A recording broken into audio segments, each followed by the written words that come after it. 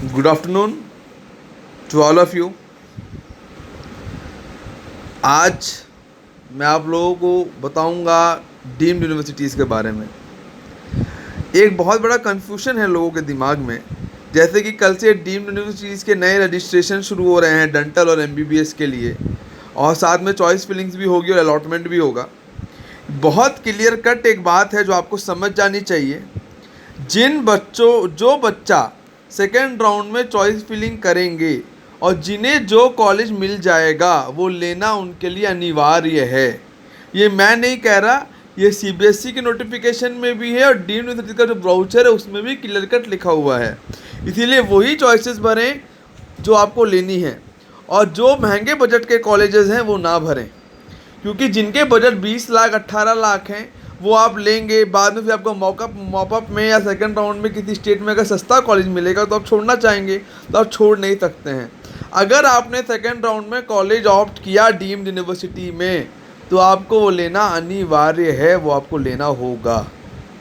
इसीलिए जो भी करें आराम से करें, या जो चॉइस फिलिंग है को सोच समझ के करें, मुझसे सलाह ले लें, मैं आपको बता दूंगा कैसे चॉइस फिलिंग करनी है, कौन सा कॉलेज कहाँ रखना है, किस रेंज पे रखना है। ठीक है, अब बात करेंगे। आज एक खबर छपी न्यूज़पेपर में, दैनिक जागरण में, दिल्ली एडिशन में, कि गवर्नमेंट कॉलेज में एडमिशन कराने के नाम पर कुछ लोगों ने पैसे ले लिए और डीजीएमई के लेटर हेड पे एडमिशन लेटर दे दिया। ऐसी जितनी भी बातें चल रही हैं, गवर्नमेंट में एडमिशन होता है जुगाड़ हो जाएगा, फ़ोन करवा देंगे, मेडिकल काउंसिल का कोई अपनी सीट होती है, कोई नॉमिनी कोटा, ऐसा कोई भी कोटा या ऐसी कोई भी चीज़ या ऐसा कुछ भी कहीं भी नहीं होता है। जो भी होता है काउंसलिंग के तहत होता है, बिना काउंसलिंग के ऐसा कुछ भी नहीं होता है। तो ये मेरा आप लोगों से रिक्वेस्ट है, किसी भी बात पे यकीन या भरोसा ना करें जिससे आपको आने वाले वक्त में तकलीफ़ हो या दिक्कत हो। आप खुद बताइए कि मेडिकल कॉलेज में कैसे कोई जुगाड़ हो सकता है, या कोई नॉमिनी कोटा अगर होगा तो कहीं ना कहीं डिस्क्राइब होगा ना, और वो कोई अगर वो कोटा है भी या होगा भी तो उसको देने या लेने का कोई तरीका होगा, उसके लिए काउंसलिंग होती होगी या फॉर्म्स भरे जाते होंगे। ऐसे कोई भी किसी को अलॉट नहीं करता है, और डोनेशन तो प्राइवेट में नहीं चल रही, गवर्नमेंट में क्या चलेगी।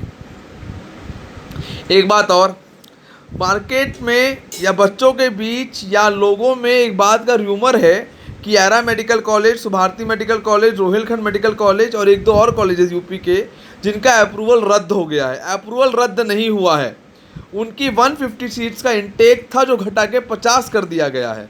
कोई भी कॉलेज डिबार्ड या बार्ड नहीं हुआ है, उनकी 50 सीटें बार्ड कर दी हैं 2 सालों के लिए। अगर उनका अप्रूवल पहले 150 सीटों का था तो एडमिशन कुल 100 सीटों पे लेंगे, 50 पे नहीं लेंगे। एक बात और है, मॉपअप राउंड के लिए मैं सभी लोगों को इसीलिए कह रहा हूँ क्योंकि मॉपअप राउंड जब तक आएगा तब तक लगभग सभी स्टेट्स की सेकेंड राउंड ख़त्म हो चुके होंगे। तो मॉपअप में आपके पास चॉइसेस रहेंगे कि आपको क्या लेना है और क्या नहीं लेना। फीसेस ज़्यादा होने की वजह से सीटें कम रहेंगी।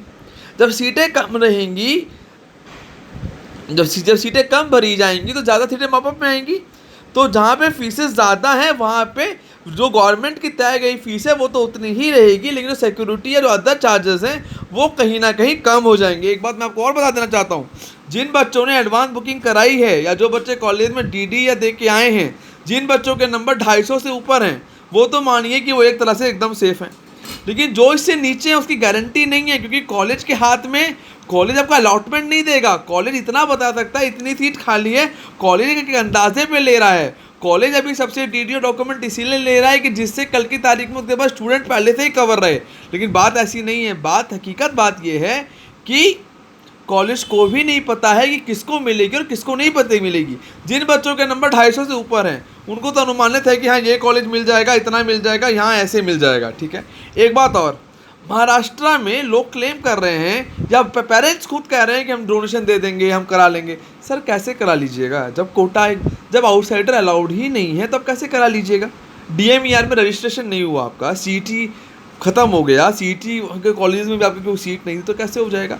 कर्नाटका में बाद में तो सीट वेकेंट रही जो मॉपअप में आएंगी उसका होने के चांसेस हैं, लेकिन उसके अलावा और कोई भी चांसेस फ़िलहाल नज़र नहीं आ रहा है।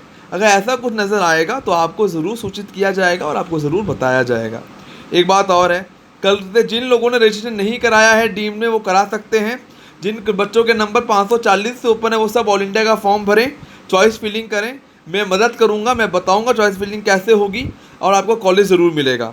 निराश या हराश ना हो। एक बात और है, पंजाब में कल लास्ट डेट है एनआरआई कोटा की सीट के लिए, वहाँ फॉर्म भर सकते हैं और 8 तारीख तक का आपके पास आखिरी टाइम बचा हुआ है। ये 8 तारीख को सेकेंड राउंड वहाँ पे शुरू होगा।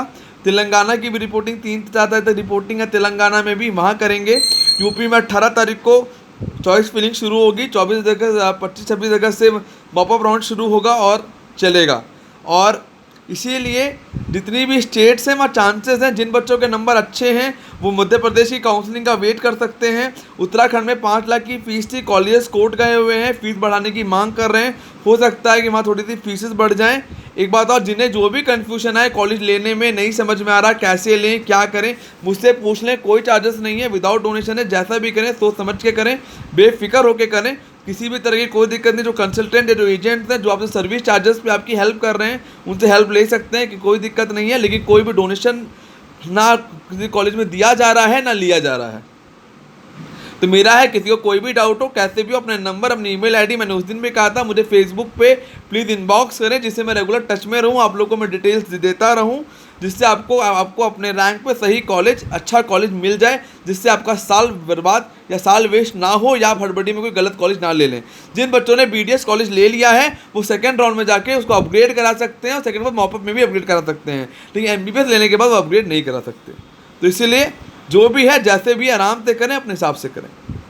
Thank you, bye. और मेरी वीडियो को लाइक करें, सब्सक्राइब करें, जिससे आप रेगुलर अपडेट रहें। मैं डेली एक वीडियो डालता हूँ इसीलिए कि आप लोगों को सूचना टाइम टू टाइम और सही समय पे मिलती रहे।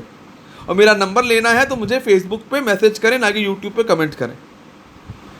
और फेसबुक से मेरी आईडी पे कुमार गौरव की मेरी आईडी है, वहाँ से आप मुझे मैसेज कर सकते हैं, मैं नंबर दूंगा, वहाँ से मैं आपकी सबके प्रॉब्लम्स को सॉल्व कर सकता हूँ। जिन बच्चों को चॉइस फिलिंग करानी हो वो मुझे सिर्फ SMS करें, डिटेल करें, मैं उनको व्हाट्सएप नंबर दूंगा, उसमें अपनी चॉइसेस बताएं, मैं उसको रिसेंबल करके उन्हें बता दूंगा, जिसके तहत वो ले लेते हैं, जिसके लिए कोई भी चार्जेस या कोई भी डोनेशन इसके लिए नहीं लगेगी। तो प्लीज़ कम से कम अगर कोई आदमी आपकी हेल्प करना चाह रहा है या वेलफेयर में कर रहा है तो प्लीज़ मदद लें। हर आदमी कैसा नहीं होता, लोग करते हैं कि जिससे लोगों का भी भला हो, क्योंकि वो भी इन हालातों से गुजर चुके होते हैं। और किसी भी फ्रॉड में ना आए। गवर्नमेंट कॉलेज में किसी भी तरह का कोई भी एडमिशन नहीं होता है मैनेजमेंट कोटा से। So thank you, bye, take care.